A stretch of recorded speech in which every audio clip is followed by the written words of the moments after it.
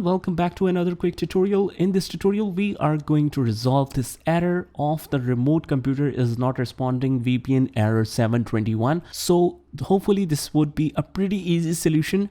Just follow with me till the end, don't miss any part, and without wasting any time, let's get started with this video.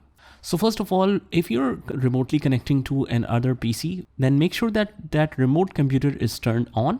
And the other one is just reset your settings back to default.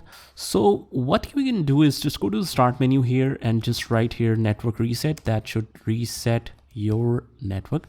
And just make sure then when you write that network reset, just write the complete area, otherwise it will go on the web search. So it's the best match here, network reset system settings. It will show up right here. Just click on that. So what you can do is just click on reset now, but just read this first.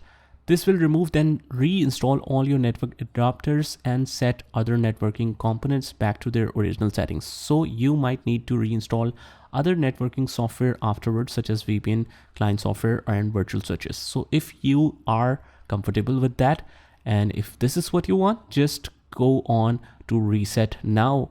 But then just make sure that you need login again, and you might need to install the VPNs again. So if you confirm this, just click on reset now and then just click reset, click on yes, and then just restart your PC, and hopefully that problem should be resolved. And that's it. This is how you can resolve this error, and I hope this video helps. And if it did, hit the like button, subscribe to our channel, and turn on the notification bell so that you can get notified of all the future videos that I upload. Thank you for watching. Take care.